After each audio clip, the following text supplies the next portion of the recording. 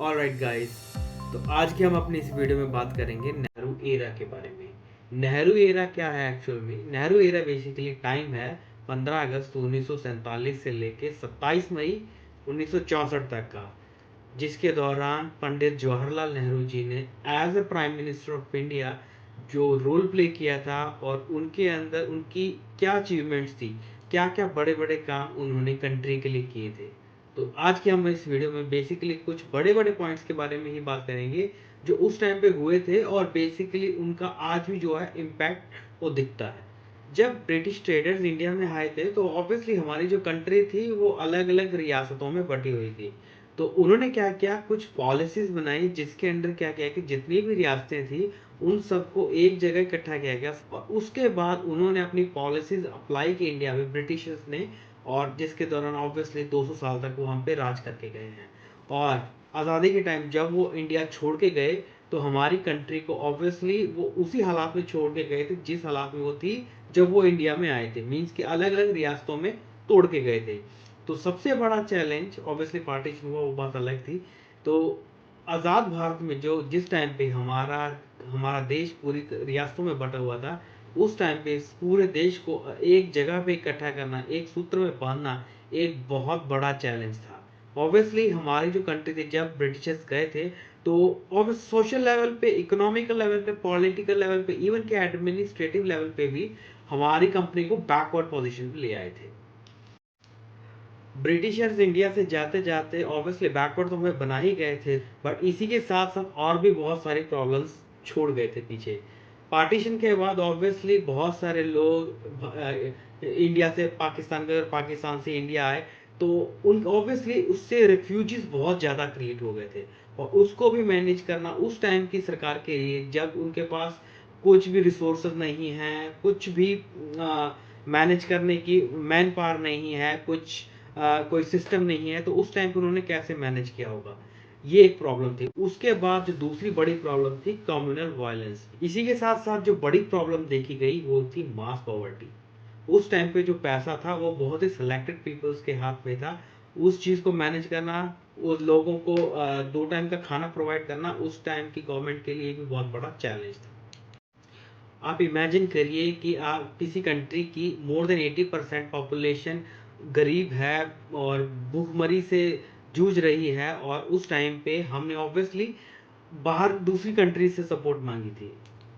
Obviously green revolution आया था लेकिन वो आया था 1966 के अराउंड, बट 47 से लेके उस टाइम तक की जो चीज़ें थी, हालात थे इंडिया के, वो बहुत ही ज़्यादा खराब थे। उस टाइम पे मोर देन 80% लोग जो थे वो गरीब थे और भूखमरी बहुत बड़ी प्रॉब्लम थी उस टाइम पे। और उस टाइम की गवर्नमेंट ने, उस टाइम के जो लीडर्स थे उन्होंने बाहर की कंट्री से सपोर्ट मांगी सो दैट कि वो अपने पीपल्स को, जो अपनी पॉपुलेशन है, उनको 2 टाइम का खाना प्रोवाइड कर सके। इन सब के साथ साथ इलिटरेसी भी हमारे लिए बहुत बड़ी प्रॉब्लम बन गई थी उस टाइम पे। सिर्फ 12% लोग ही उस टाइम पे एजुकेटेड थे और उसके अलावा हमारी पूरी पॉपुलेशन जो थी वो अनएजुकेटेड थी। 19 ऑब्वियसली 1947 के अराउंड मोस्टली जो हमारी पॉपुलेशन थी वो पूरी तरह से एग्रीकल्चर पे डिपेंडेंट थी।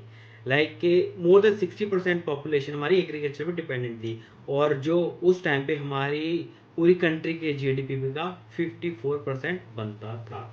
जो आज की डेट में ऑब्वियसली जो एग्रीकल्चर डिपेंडेंट है वो सिर्फ 12 से 14% है।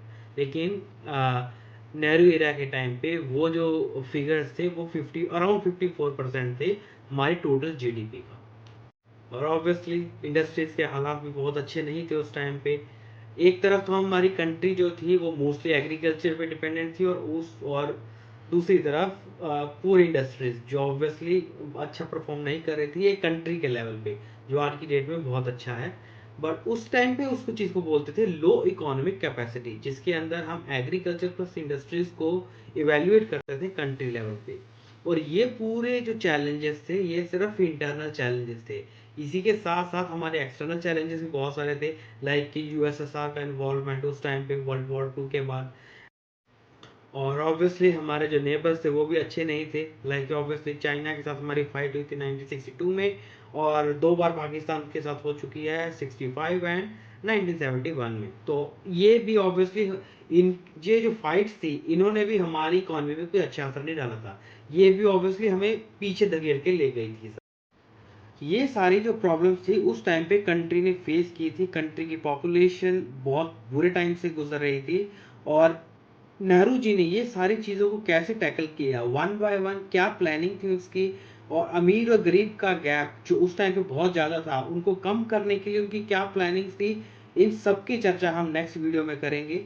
और वीडियो लंबी ना हो जाए इसीलिए हमने इस वीडियो को दो पार्ट्स में डिवाइड किया है, जिसमें हम पहली वीडियो में हम ये डिस्कस करेंगे कि चैलेंजेस क्या थे, और नेक्स्ट वीडियो में हम जाएंगे ऑब्वियसली कि उनके वन बाय वन सॉल्यूशन क्या था, उनकी प्लानिंग्स क्या थी, वो किस हद तक सक्सेसफुल रही, किस हद तक फेल रही, वो हम सारी बातें हम नेक्स्ट वीडियो में करेंगे। और till that time guys, please take care of yourself, your family, and yes, very soon we will meet you in the next video. Till then, take care.